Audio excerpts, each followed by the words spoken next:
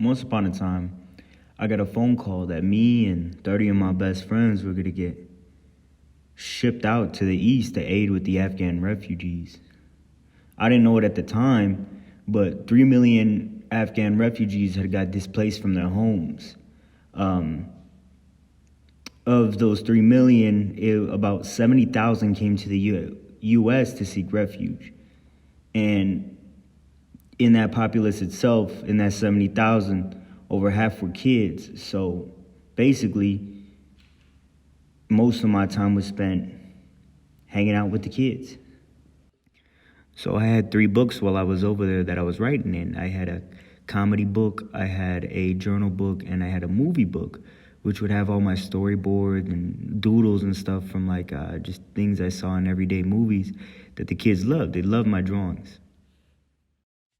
So I had this thing where it was a teacher time with Greg, and what I would do is I would bring my notebook to post, and I would draw little pictures in them, and I would have the kids label in Pashto, Dari, or Farsi what the object was, right? I hand my notebook to them, and they would write it in there, and then I would label it myself with what the word was, and I would try and teach them, more or less what they saw, what the word was, and I was trying to learn their language too. The problem is we don't use the same alphabet, so we would confuse each other on what I would get into debates with these kids about what letters would mean what and how this means that. It was so funny, man.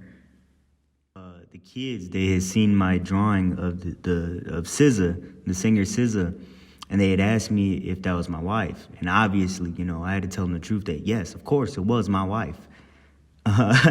Which is just, I just hope that someday those kids grow up, they see SZA, and her, 50 Grammy nominations, sometime in the future with all her awards and be like, hey, yo, where's her husband at, This one time, the kids, they had received this shipment of toys, right? And everyone got kites. And then there were 3 brothers, Sammy, Sadiq, and Sahel. They spent the better part of the afternoon playing, but the youngest brother, Sahel, wanted one last turn, right? And he had it for 3 seconds before it ended up in the power lines. The older brothers were pissed, and they came together to try and come up with a plan to try and get the kite down. It was something about the setting sun, the kites in the sky, the 3 brothers, it burned into my head.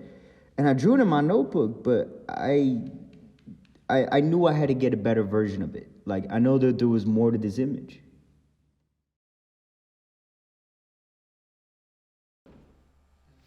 The time on deck is currently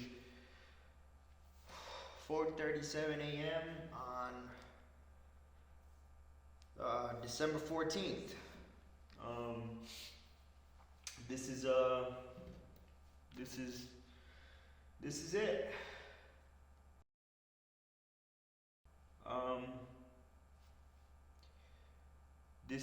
Today marks the 1-year anniversary since I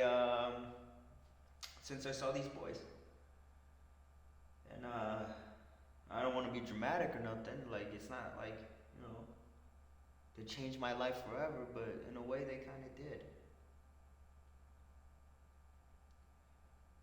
I think this is a part of the story where I have to answer what exactly this whole thing was supposed to mean. Or ask that question, why does it mean so much to you?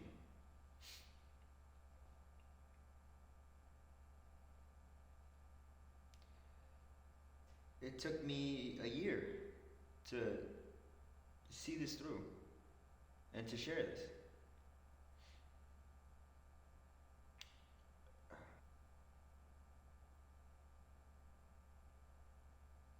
Why does it matter? Why did I have to tell this story? When I see those boys, I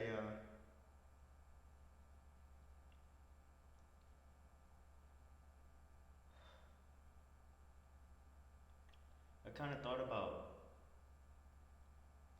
how distant I was from home too. I think in that moment, when I saw the boys and they were playing and stuff like that, it took me back to, it reminded me of when I used to live in Chicago, right there on 42nd and Washington. We had block parties, and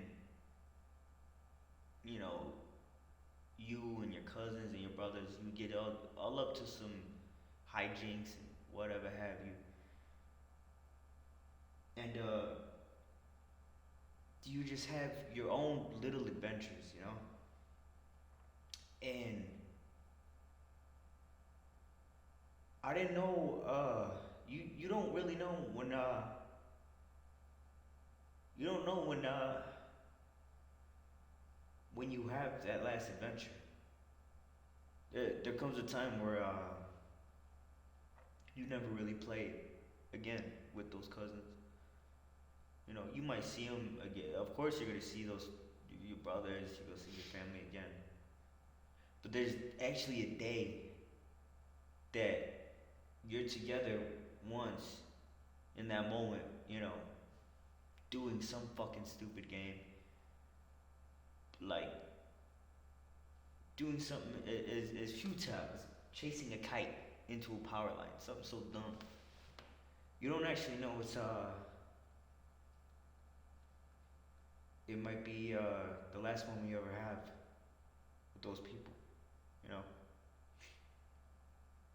when I reflect on those moments, the only thing I want more than anything is the only thing I wanted more than anything was for someone to take a picture. Um, take more pictures. Take any picture. And I didn't have my phone on me at the time, so I couldn't take this one. And I thought,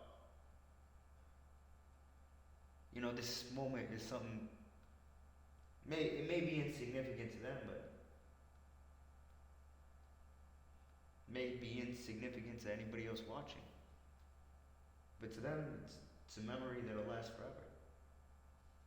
And I guess the ambition is that someday they'll look back at this day and